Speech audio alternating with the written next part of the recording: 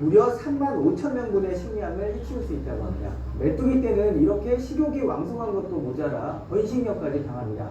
암컷 메뚜기 한 마리가 보통 300개의 알을 낳는데 이미 성충 메뚜기들이 광활한 지역에 걸쳐 알을 낳고 있으며 이 중 많은 수의 부화가 시작됐습니다. 초기 통제 실패로 메뚜기 떼가 6월까지 이어지면 현재 규모의 500배로 증가할 수 있다는 암울한 전망까지 나옵니다. 파키스탄에 10만 마리의 오리 부대를 보내 천적인 메뚜기를 없앤다는 보도까지 나왔는데요. 사막지대인데다가 너무 더워서 오리가 생존하기에는 적합하지 않아 없던 일이 됐다고 합니다. 기후변화로 인해 점점 심해지는 메뚜기 떼의 공습, 인간이 막을 수 있을까요? 켜주십시오. 소말리아, 아프리카죠. 소말리아를 비롯해서 아프리카 지역에 작년 6월부터서 메뚜기 떼가 이렇게 출몰을 해가지고 온통 농작물을 다 공습함으로 인해서 그렇잖아도 부족한 식량 문제를 더욱더 어렵게 만든다라고 이렇게 뉴스가 보도가 되었습니다. 이 뉴스는 2월달에 나온 뉴스거든요. 그런데 그때 이게 서아시아 쪽 그리고 더 나와서 이제 중국까지 이 메뚜기 떼가 점령을 할 것이다라고 하는 그런 예상을 보여줬잖아요. 그래서 6월까지 그것을 예방하지 못하면은 큰 재앙이 닥칠 거다라고 하는 그런 예고를 했는데 아직 중국에 그렇게 큰 재앙이 닥쳤다라고 하는 그런 뉴스는 안 나와서 아마도 그렇게 이렇게 약을 뿌려가지고 메뚜기 떼를 잡지 않았는가라고 생각을 합니다. 이런 일련의 여러 가지 사건들을 바라보면서 지금 우리가 당하고 있는 이 전염병 하나의 자연 현상이고 있을 수 있는 일이다라고 이렇게 치부할 수만은 없다는 것이죠. 하나님께서 이스라엘 백성들을 애굽에서 이끌어내실 때에 애굽왕 바로를 굴복시키기 위해서 10가지 재앙을 이렇게 내리셨던 것을 우리 기억합니다. 처음부터서 바로 왕이 재앙을 내릴 때마다 그 재앙을 없이 해달라라고 하면서 굴복하는 것처럼 그렇게 했죠. 그러나 곧 마음이 다시 변해가지고 이스라엘 백성들을 내어주지 않는 그런 모습을 볼 때 하나님께서는 점점 더 강한 그런 재앙을 내리시면서 마지막에는 결국은 굴복할 수밖에 없는 그런 재앙을 내셨던 것을 우리는 보게 됩니다. 오늘 우리가 당하고 있는 이런 전염병도 금시초문으로 뜬금없이 발생이 된 것은 아니잖아요. 우리도 경험했던 것처럼 뭐 사스라든가 또는 메르스 이런 것들을 이미 경험했습니다. 그런 좀 우리가 견딜만하고 예방할 만한 그런 그 전염병을 경험했을 때 하나님께서 원하시는 그런 회개 작업이 없었기 때문에 더 우리가 막을 수 없는 이런 재앙을 주시지 않는가라고 이렇게 우리는 한 번쯤은 생각해 볼 필요가 있겠다라고 것입니다. 그래서 오늘 말씀을 통해서 이스라엘을 향하신 하나님의 외침이 어떤 외침인가에 대해서 우리는 생각을 해보기를 원합니다. 오늘 요엘 선지자가 활동한 시기는 남유다의 요시야 왕, 그러니까 8번째 왕 요시야가 다스리던 때입니다. 요시야가 아니라 요아스 이전의 왕들인 아하시야 그리고 아달랴 이 두 왕들은 북이스라엘의 왕인 아합과 인척 관계를 맺고 그 아합을 통해서 여러 우상들을 섬기는 그런 답습을 하고 말았습니다. 그래서 하나님만을 섬겨야 하는 이스라엘 백성들이 바알과 아세라를 섬기는 그런 일들이 흔하게 되었다는 것이죠. 그래서 요아스가 다스리던 이 시기는 정치적으로 그리고 종교적으로 매우 불완전한 그런 상황이었습니다. 게다가 요아스는 아주 어린 나이에 등극을 했어요. 8살 때 왕으로 이렇게 등극을 했습니다. 그래서 그를 왕으로 앉힌 다음에 정치적인 그런 일들을 행할 때에 그가 직접 행할 수 없었기 때문에 당시에 대제사장이었던 여호야다가 아마 그 수렴청정 비슷한 그런 정치를 행했습니다. 그래서 그러다가 요야다가 죽고 난 다음에 이 요아스는 신앙적으로 변질이 되었다라고 이렇게 보여진 것입니다. 이것 때문에 남유다는 더욱더 빠르게 또 더 크게 부패해가는 그런 상황이었다라고 것이죠. 이러한 남유다의 정치 정교적으로 타락한 그런 모습을 하나님을 향한 불순종이다라고 이렇게 성경은 우리에게 말해주고 있고, 또 결국 요엘을 통해서 하나님의 경고와 메뚜기 재앙이라고 하는 그런 심판을 받을 수밖에 없는 그런 상황으로 이 이스라엘은 달려갔다라고 이렇게 볼 수 있는 것입니다. 그래서 오늘 요엘서 초반부터서 오늘 본문 이전까지 계속적으로 이런 메뚜기 재앙을 경고를 하시면서 말씀하시는 것이 무엇인가 보니까 돌아오라라고 이렇게 말씀합니다. 돌아오라. 이 돌아오라고 하는 그 하나님의 선언이 있다라고 하는 것은 바른 길로 가지 못하고 있다는 거죠. 하나님께서 원하시는 방향으로 가고 있지 않기 때문에 그 길에서 다시 하나님께로 돌아오라라고 하는 그런 선포를 하고 계시는 것입니다. 하나님은 이런 백성들이 메뚜기 재앙이라고 하는 그 고통을 통해서라도 하나님께 돌아오는 것을 원하시고 계시다라고 하십니다. 오늘 우리가 사는 이 세상, 우리 시대에도 하나님께서 이런 전염병이라고 하는 큰 고통을 통해서 우리 자유롭지 못하잖아요. 또 내가 하고 싶은 것들을 하지 못하고 마음껏 내 꿈을 펼치지 못하는 그런 시대, 이런 시대를, 이런 아픔을 통해서라도 하나님께서는 우리를 올바른 길로 돌아오기를 원하신다라고 하는 것입니다. 오늘 이스라엘 백성들은 하나님께서 이스라엘 백성들을 향해서 그 애타하는 마음, 이런 마음을 요엘 선지자를 통해서 그 백성들에게 전해주고 있는 것입니다. 구약의 다른 서신서들을 보면은 계속해서 반복되어지는 것이 바로 여호와의 날이다 라고 하는 그런 궁극적인 심판의 때에 대해서 선포를 하고 있는데, 이 요엘은 이 하나님의 그런 심판 과정에서 이런 경고를 듣지 아니하면 여호와의 날에 이 심판을 피할 수 없다라고 하는 것입니다. 그래서 이 요엘이 하나님의 마음을 받아서 백성들에게 전하는 그 말씀은 뭐냐니까, 이 여호와의 날에 모든 사람들이 심판의 그 대열에 서서 피하지 못하는 그때에 이스라엘 백성들은 그 심판의 자리에서 피할 수 있기를 원한다라고 하는 그런 하나님의 마음을 지금 전하고 있는 것입니다. 이런 부분을 유진 피터슨 목사님은 이렇게 내용을 표현했어요. 그러나 돌아라, 아직 늦지 않았다. 여기 하나님께서 친히 주시는 메시지가 있다. 내게로 돌아오너라. 진심으로 돌아오너라. 오되 금식하고 울며 너희 죄를 슬퍼하며 오너라. 너희 삶을 고쳐라. 너희 옷만 바꾸지 말고 너희 하나님께 돌아오너라. 하나님은 은혜로우시며 자비로우신 분이기 때문이다. 그분은 심호흡을 하시면서 많이 참아 주신다.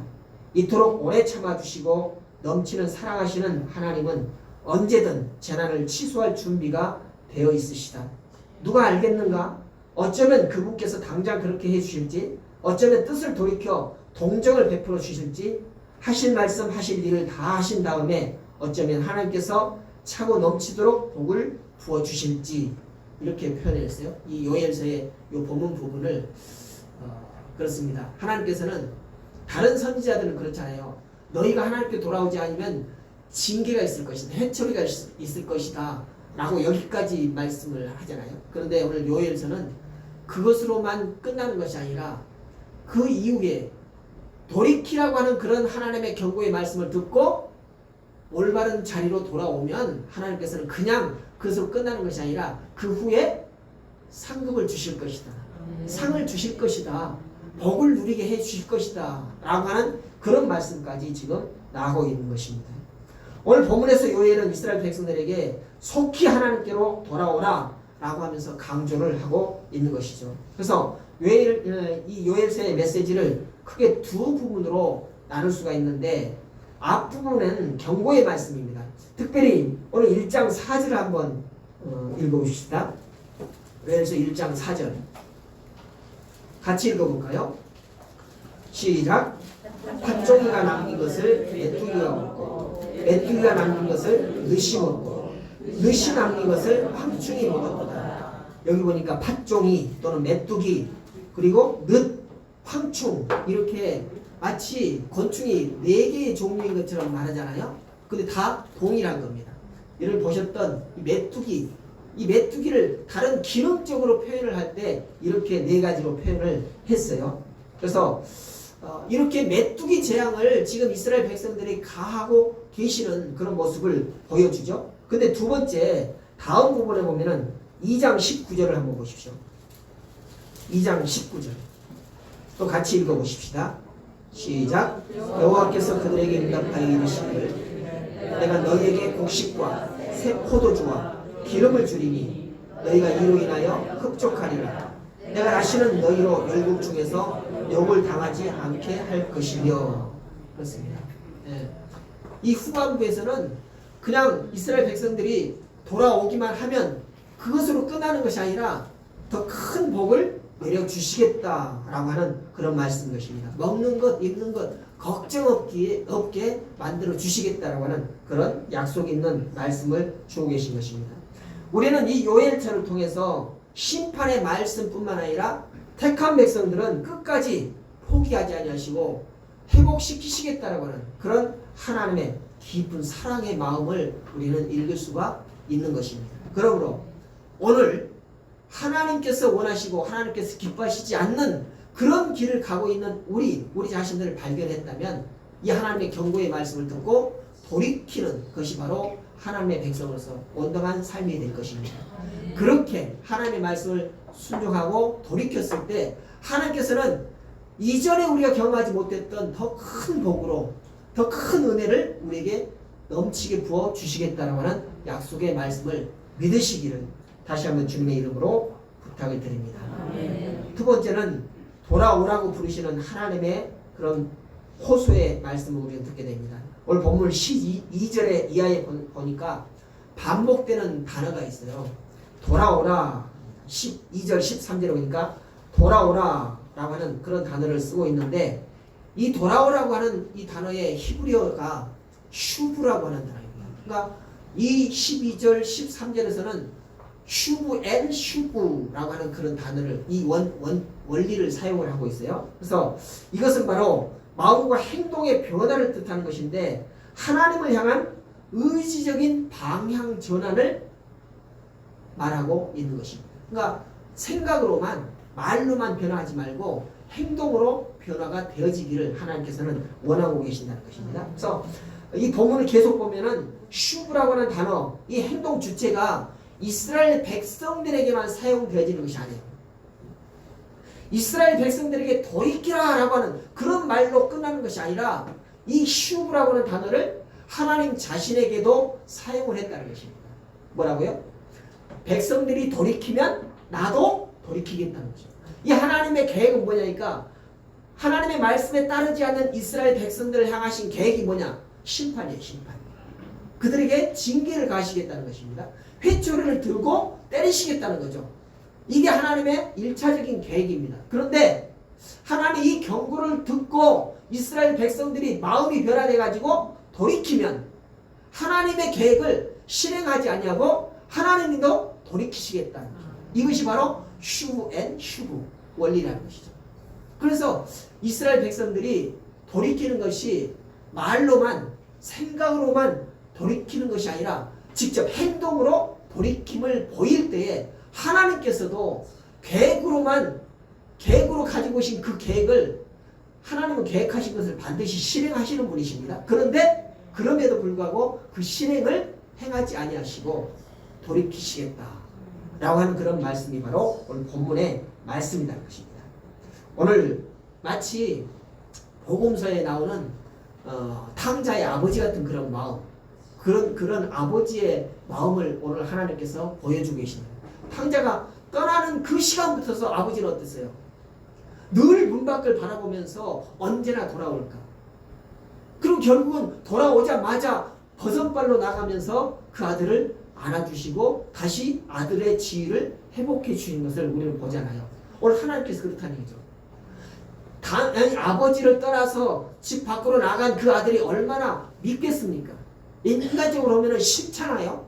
그럼에도 불구하고 나가는 그 순간부터 돌아오기를 기다리시면서 돌아왔을 때에 아무런 미워하는 마음을 표출하지 않냐고 안아주시면서 내 아들아 라고 하면서 그 아들의 주의를 회복시켜 주시는 그 아버지의 마음이 바로 오늘 우리에게 향하신 하나님의 마음이라는 것입니다. 여러분, 우리가 비록 죄악길에 서 있고 죄된 그런 삶을 살아간다 할지라도 우리를 그 죄된 모습에서, 죄악된 그 모습에서 영원히 방출하고 영원히 죄악 가운데로 빠지도록 그렇게 방관하지 않으시는 하나님의 마음을 우리는 알아야 한다는 것입니다. 하나님께서는 여전히 한 번 택한 그 백성, 그 자녀를 다시 돌아오기를 원하시고, 돌아올 때에 너는 좀 모자란 아들, 이렇게 차별을 두시지 않냐고 동일한 아들로 칩을 이렇게 그 지위를 회복시켜 주시겠다라고 하는 것이 바로 하나님의 깊으신 뜻이라는 것입니다. 여러분, 그 교육방송 EBS 또 어디죠? 채널 A인가요? 그 새나개라고 하는 프로그램 보셨어요? 줄여서 말하니까 모르겠어요. 세상에 나쁜 개는 없다. 그죠? 개 훈련시키는 또 이제 훈련이 잘못되진 그 개들을 훈련시켜가지고 성품이 좋은 개로 이렇게 만들어가는 그런 프로그램 아닙니까? 거기 보면은 어떻게 훈련시켜요? 말을 안 들으면 훈련사의 마음은 계획은 뭐예요? 먹을 것을 안 주겠다는 거죠. 훈련사는 원래부터 이 개가 내 말을 잘 듣지 않으면 먹을 것을 절대 주지 않겠다는 것이 계획이에요. 그런데 훈련사가 어떤 과정을 통해서 말을 하면은 그 말을 잘 들으면, 말 듣고 행하면 훈련사가 어떻게 해요? 그래서 끝나는 것이 아니라 주머니에서 먹을 것을 그 즉시 주잖아요. 좀 이따 나중에 밥 때가 되면 주는 것이 아니라 그 즉시 줘요. 그 즉시. 그러면 그것을 먹고 개는 계속해서 훈련사의 말을 잘 듣게 되는 거죠. 네? 오늘 개에 비유해서는 안 되겠지만 하나님께서 그 하나님의 백성들을 이렇게 훈련시키는 것과 비슷하다는 것입니다. 이 훈련사의 말을 잘 듣지 않는 자는 하나님께 밥을 주지 않겠다는 거예요. 먹을 것을 주지 않겠다는 것입니다. 그러나 그런 계획을 가지고 있다 할지라도 말을 잘 들으면 그 즉시 먹을 것을 주는 그런 보상을 해주는 것처럼 오늘 하나님께서 하나님의 그 대열에서 하나님의 말씀에서 벗어난 그런 삶을 살고 있는 이스라엘 백성들에게 돌아오라 계속해서 반복해서 말씀을 하시는데, 그 돌아오라고 하는 경고의 말씀을 듣고 돌아오면은 좀 있어, 나중에 너에게 상급을 줄게, 그것이 아니라 즉시 상급을 주시는 그런 하나님의 마음을 오늘 말씀을 통해서 우리에게 보여주고 있다는 것입니다. 이스라엘 백성들은요, 형식적으로는 참 잘했습니다. 이방 우상을 섬기면서도 동시에 하나님을 섬겼어요. 하나님께 예배를 잘 드렸습니다. 근데 그 예배는 어때요? 마음이 동해서 드린 것이 아니라 우리는 예전부터 해왔으니까, 지난주에 말씀드렸듯이 우리 부모님이 예수를 믿었으니까 나는 그냥 쫄쫄쫄 따라다니는 모태신앙처럼 그렇게 행하는 이스라엘 백성들이 참으로 많았다는 것입니다. 그래서 금식의 기간이 되면, 금식이 내가 슬퍼서가 아니라 내가 잘못된 것을 느껴서가 아니라 금식 기간으로 정해져 있다는 것이죠. 그 금식 기간이 되면 온통 머리를 풀어헤치고 옷도 다 찢어내고 일부 좋은 옷을 막 찢는 거예요. 그리고 죄를 뒤집어 쓰고 아주 험한 꼴을 하면서 나는 슬프다 하면서 이렇게 금식 기간을 보내는 거예요. 왼쪽으로 보면 어때요?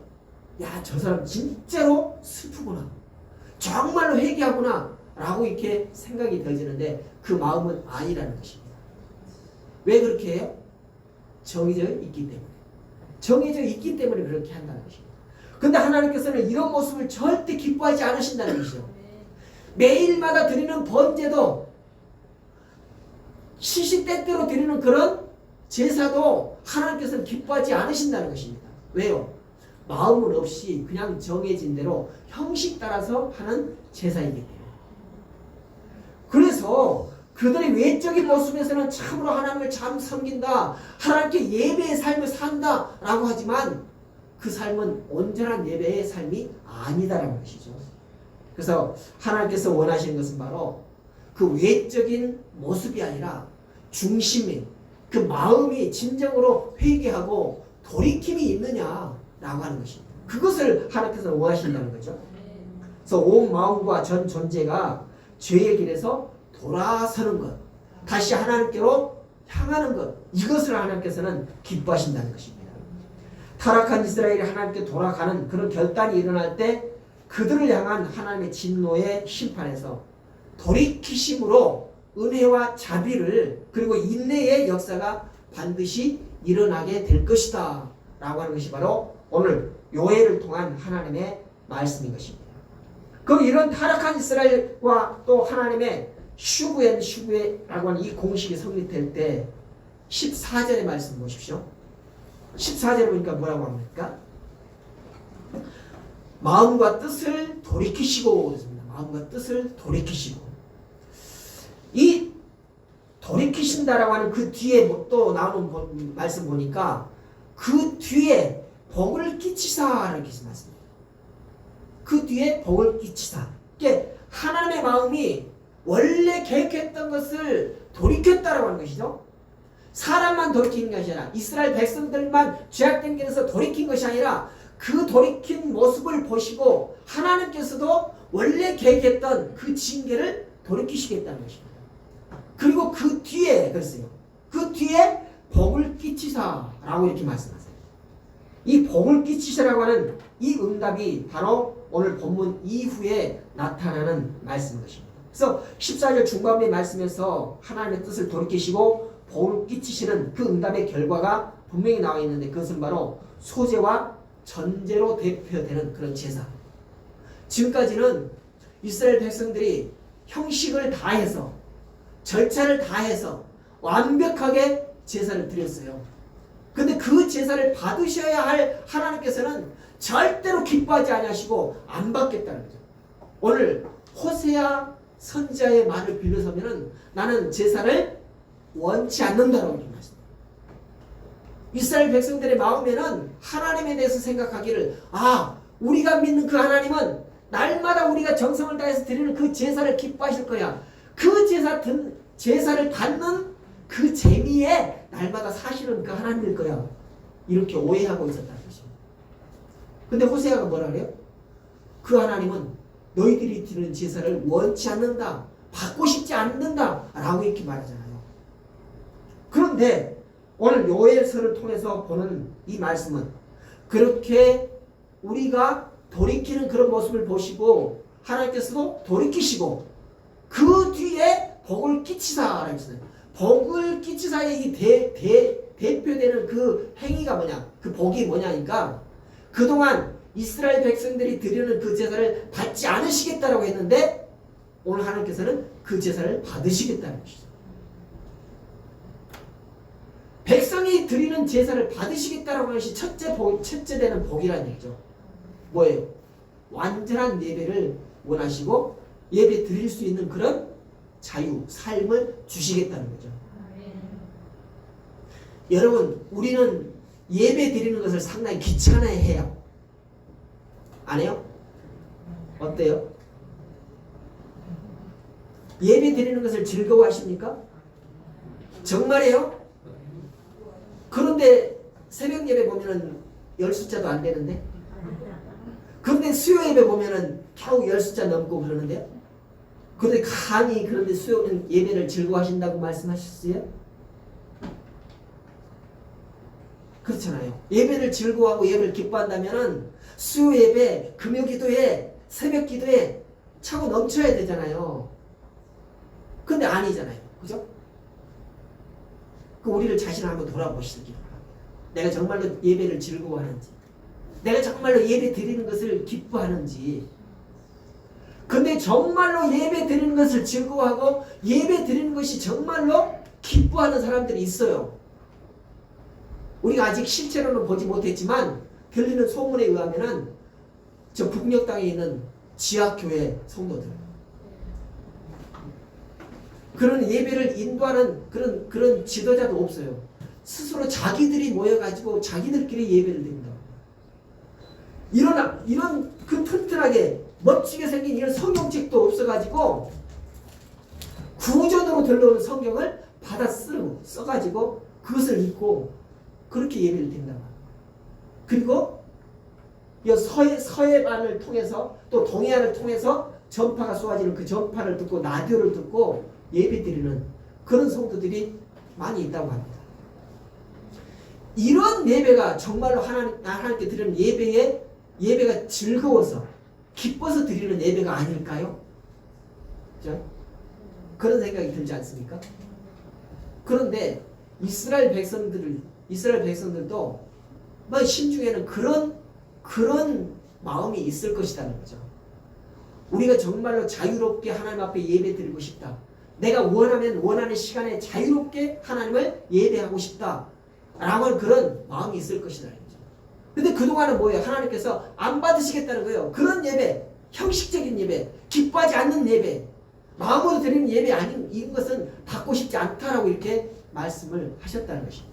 그런데 오늘 그들이 돌이키고 그 모습을 보면서 하나님도 돌이키셔서 그 뒤에 복을 내신 첫째 복이 뭐냐? 마음껏 예배할 수 있는, 자유로운 예배할 수 있는 그 복을 부여해 주셨다는 것입니다. 여러분, 우리가 자유롭게 예배하는 것이 얼마나 큰 복인지 오늘 말씀을 통해서 우리는 깨달아야 돼요. 우리는 예배하고 싶을 때 아무 데서나 예배할 수 있잖아요. 우리 하나님 부르고 싶을 때 아무 데서나 하나님을 찾을 수 있잖아요. 이것이 얼마나 큰 복인지 오늘 이스라엘 백성들의 이런 모습을 보면서 우리는 깨달아야 한다는 것입니다.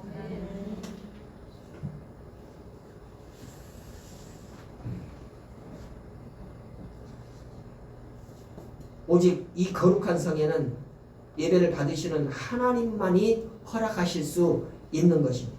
그래서 이스라엘과의 진정한 관계가 회복되어진 것을 의미합니다. 이스라엘 백성들이 하나님께 예배하는데 제사를 드리는데 이 제사를 거부하신다는 것은 하나님과의 관계가 틀어져 있다는 거예요. 그런데 하나님께서 이스라엘 백성들이 드리는 그 제사를 받으신다는 얘기는 뭐예요? 하나님과의 관계가 바르게 형성이 되어 있다는 것입니다. 오늘 이 예배를 가장 첫째 되는 복으로 말씀하시는 것은 바로 너희와 나의 관계를 회복시켜 주겠다라고 하는 그런 말씀. 우리가 믿는 하나님과 나와의 관계가 틀어져 있다면 그건 뭐예요? 얼마나 치욕스러운 일이고 얼마나 억울한 일입니까? 나는 하나님을 정말로 정성을 다 들여서 섬긴다고 하는데 하나님께서 나의 정성을, 나의 예배를 안 받으시겠다는데 얼마나 이 치욕이냐 이거죠. 그런데 그 치욕적인 관계를 하나님께서 회복시켜 주시겠다는 것이죠. 이게 바로 첫째 되는 복이라는 것입니다. 그 다음에 하나님이 주시는 회복, 그것으로 끝나는 것이 아니라 그 예배를 받으시는 것으로 끝나는 것이 아니라 이 세상에 살아가는 동안에 더 큰 은혜를 주시고 더 큰 삶의 복을 주시겠다는 것이 바로 하나님의 뜻이라는 것입니다. 이렇게 타락한 이스라엘이 하나님께서 내리시는 복을 받아서 거룩하게 회복되는 것은 백성이 하나님께 다시 돌아올 때 하나님께서 그들에게 다시 돌이킴으로 인하여서 시작이 되어지는 복이라는 것이죠. 이 회복을 통해서 하나님이 주시는 구체적인 복의 내용이 바로 11절 이하에 나오는 부분입니다. 아까 19절을 읽었잖아요. 18절을 보니까 그때에 라고 이렇게 시작을 해요. 18절에 그때에. 그때가 어느 때예요? 그때가 어느 때일까요? 이 그때를 알지 못하면 우리는 하나님께서 주시고자 하시는 그 복을 받아 누릴 수가 없잖아요. 그때를 기다렸다가 그때를 만나야 되는데 그때가 어느 때인지 모르면은 그 복을 어떻게 받아요? 그때가 어느 때일까요? 네? 하나님께서 돌이키실 때, 하나님께서 우리의 행동 양식을 보고 아 이만하면 됐다라고 생각을 하시고 원래의 계획을 취소하고 돌이키실 때, 돌이키실 그때라는 얘기죠. 그때 시온은 그때 여호와께서 자기 땅을 위하여 중심이 뜨거우시며 그 백성을 긍휼히 여기실 것이라. 그동안에 지었던 죄, 그동안 하나님의 마음에 어긋났던 그런 모습들은 절대로 생각하지 않으신다. 그냥 불쌍히 여기시겠다고 하는 그런 말씀입니다. 불쌍히 여기는 마음이 있을 때 도와주고 싶은 그런 생각이 나잖아요. 여러분 지하철 그 입구에 가는데 앉아있는 사람이 있어요. 여러분 마음에 긍휼한 마음이 없으면 절대로 주머니에 손이 안 들어가요. 긍휼한 마음이 있을 때 주머니에 손이 들어갔다가 나오고 그렇잖아요. 오늘 하나님께서 그렇다는 거죠. 그때에 하나님의 마음이 긍휼한 마음이 우리에게 발생이 되어진다 라는 것입니다. 그래서 오늘 하나님께서 주시는 이 회복, 하나님께서 주시는 복이 무엇일까에 대해서 또 한번 생각하게 보기를 원합니다. 첫 번째는 땅의 회복입니다. 21절부터 한번 25절까지 읽어보십시다. 시작. 땅이여 두려워 말고 기뻐하며 즐거워할지어다. 여호와께서 그 일을 행하셨으니로다. 들짐승들아 두려워 말지어다. 들의 풀이 싹이 나며 나무가 열매를 맺으며 무화과 나무와 포도나무가 다 힘을 내는도다. 시온의 자녀들아 너희는 너희 하나님 여호와로 인하여 기뻐하며 즐거워할지어다. 그가 너희를 위하여 비를 내리시되 이른 비를 너희에게 적당하게 주시리니 이른 비와 늦은 비와 전과 같이 같을 것이라. 마당에는 밀이 가득하고 독에는 새 포도주와 기름이 넘치도다. 내가 전에 너희에게 보낸 큰 군대 곧 메뚜기와 늑과 황충과 팥종에 먹은 횟수대로 너희에게 갚아 주리니. 어떻습니까?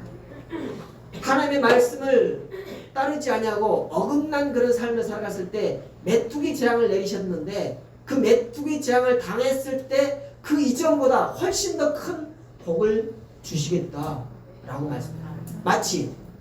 마치 사단의 시험을 받았던 욥에게 보여줬던 그 복, 그 이전의 복보다 훨씬 갑절의 복을 보여주셨다라고 말씀하잖아요. 오늘 이 말씀도 그 동일한 말씀이에요. 메뚜기 때 재앙을 받기 이전보다 더 좋은 것으로 채워주시겠다라고 하는 말씀인 것입니다. 그래서 땅의 회복이라는 거죠. 그 다음에 두 번째는 명예의 회복입니다. 26절부터 27절까지 한번 읽어봅니다. 시작. 너희는 먹되 풍족히 먹고 너희를 귀히 대접한 너희 하나님 여호와의 이름을 찬송할 것이라. 내 백성이 영영이 수치를 당치 아니하리라. 그동안은 이방 백성들에게 수치를 당했다는 거예요. 왜? 너희는 하나님만 믿겠다고, 하나님이 유일하신 하나님이라 신이라고 이렇게 믿었잖아.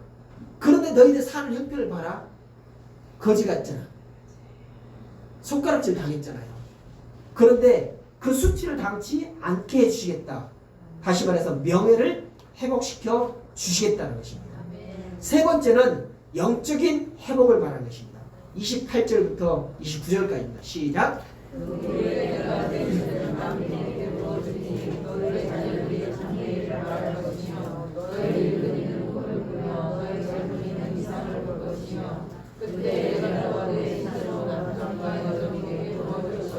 아멘. 하나님께서는 이스라엘 백성들에게 하나님의 영을 부어주시겠다는 말씀입니다. 예수님도 이 말씀을 적용을 하셨잖아요. 인용을 하셨잖아요. 그렇듯이 하나님의 마음에 합한 그런 삶을 살아가면 하나님께서 우리를 그냥 방임하는 것이 아니라, 방목하는 것이 아니라 하나님의 영을 우리에게 부어내 주셔서 우리를 하나님께서 직접 이끌어 가시겠다. 하나님의 인도하심을 받으며 살아가게 하시겠다라고 말씀하시는 것이다. 2, 3일 전에 뉴스가 나왔잖아요. 가정폭력을 당해가지고 아이가 도망을 쳤는데 밖에서 8시간인가를 숨어 있다가 간신히 이제 구조의 손길을 받았는데요. 집으로 돌아가겠느냐 했더니 안 돌아가겠다. 그럼 어디로 가고 싶냐 했더니 큰아빠 집으로 가고 싶다. 큰아빠 집이 어딘데요? 자기 친 큰아빠가 아니에요. 예전에도 그런 폭력이 있어가지고 대신 길러주던 대리가정이죠. 그 집을 큰아빠 집이라고 얘기합니다. 그 집으로 가고 싶다는 거예요. 그 집으로. 왜? 왜 그 집으로 가고 싶어요? 자기 친아빠도 아닌데, 친큰아빠도 아닌데. 경험이 있다는 거예요. 어떤 경험이? 평안한 그런 삶을 살았던 그런 경험이 있기 때문에 자기 친족도 아님에도 불구하고 어디로 가고 싶냐라고 물었을 때 제일 먼저 떠올린 것이 바로 그 2년 살았던 그 집으로 가고 싶다라고 이렇게 말했다. 오늘 하나님께서 우리를 그렇게 사랑하시되 어떻게 사랑하시느냐?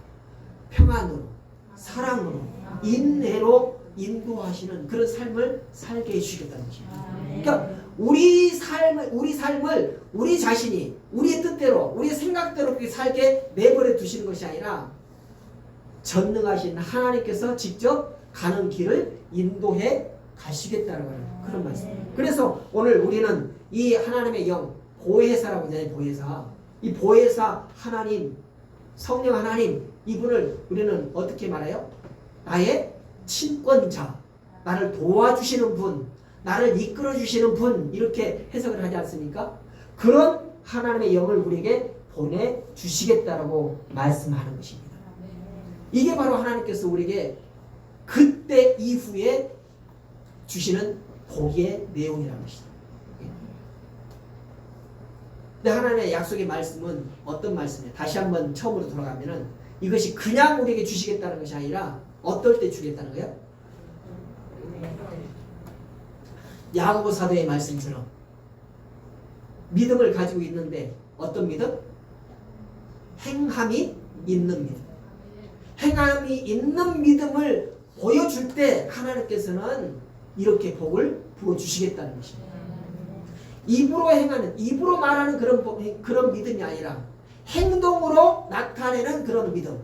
그것을 하나님께서 보시고 난 다음에 이런 복을 우리에게 부어주시겠다는 거죠. 그래서 우리의 삶에서 곤고함과 결핍이 있고 또 믿음으로 행했음에도 불구하고 영적인 수치를 당하고 있습니까? 영적인 어려움이 있습니까? 그렇다면 우리의 믿음이 어떠한가를 한번 돌아봐야 할 것이라는 거죠. 나는 생각으로, 나는 마음으로 정말로 잘 믿는다라고 생각하는데 내가 영적으로 수치를 당하고 있고 영적으로 잘 풀리지 아니하고 그런 삶을 살아가고 있다면 내 믿음을 한번 돌아봐야 한다. 내 생각으로만 그렇게 믿고 말로만 믿고 있지 않는가? 행동은 믿는 행동이 아닌 것, 그런 삶을 살고 있지 않는가? 우리 자신의 소위를 한번 돌아봐야 할 것이라는 것입니다. 그래서 그렇게 우리의 믿음을 보시고 하나님께서 돌이키시고 복을 다시 회복시켜 주시겠다라고 하는 그런 말씀이죠. 그래서 우리가 돌이킬 때에 우리에게 주시는 그 복의 시작이 되어진다는 것입니다. 오늘 하나님께서 요해를 통해서 주시는 말씀의 원리를 우리는 기억해야 합니다. 그 원리는 바로 슈브 앤 슈브. 우리가 돌이키면 하나님께서 돌이키신다는 것이죠. 그래서 하나님께 돌아와서 하나님의 돌이키시는 그 은혜를 경험하시기를 주님의 이름으로 부탁을 드립니다. 요엘에 등장하는 메뚜기 재앙은 마치 출애굽기 10재앙 중에 몇 번째 재앙이요? 8번째 재앙. 그 10재앙을 막 애우려고 애썼던 적이 있어요. 피게이파 뭐라 그러지? 그러면서 그 8번째 재앙이 바로 메뚜기 재앙인데 우리가 살아가고 있는 이 세상에서도 꼭 메뚜기 재앙이 아니라 지금 악독이라지 악독의 재앙이 지금 우리 전염병이라는 거죠. 우리가 이제 이 애굽에 내렸던 이 재앙들이 순서대로 일어나지는 않지만 순서를 뒤집어서 이렇게 순서 없이 막 일어나지만 이런 것들이 바로 우리에게는 경고의 말씀으로 우리가 받아야 한다는 것입니다. 근데 이 경고의 말씀이 우리에게 이 제대로 받아들이지 않으면은 이 성경의 원리대로 하면 어때요? 그 다음에는 더 큰 것으로 우리 견딜 수 없는 것으로 자꾸만 재앙이 더해진다라고 해서 우리는 알아야 한다는 것입니다. 비결한 이 질병만 가지고도 아까도 말씀드렸듯이 뭐 사스라든가 메르스 그 다음에 오는 이런 것들이 점점 세지잖아요. 점점. 우리는 지난 4월에 이대로 가면은 이 코로나가 종식이 되겠구나라는 그런 희망을 가졌잖아요. 그런데 한 달도 안 돼가지고 다시 재확산이 되고 더 이제 걷잡을 수 없이 이렇게 번지는 것을 우리는 보게 됩니다. 다시 50명 이상씩 발생이 되는 그런 사태를 맞고 있는데 이것이 바로 하나님을 믿는 우리가 하나님의 말씀대로 살지 않았음이 아닌가. 우리 자신을 자책하기보다도 자신을 돌아보자는 거죠. 돌아보자. 그래서 우리의 소위가 어떠한가를 돌아봐서 잘못된 길을 가고 있다면은 돌이킴이 있어야 된다는 것입니다. 그 돌이킴을 보시고 하나님께서 돌이키시겠다는 거죠. 이것이 바로 오늘 요엘서에 나오는 하나님의 원리인 것입니다.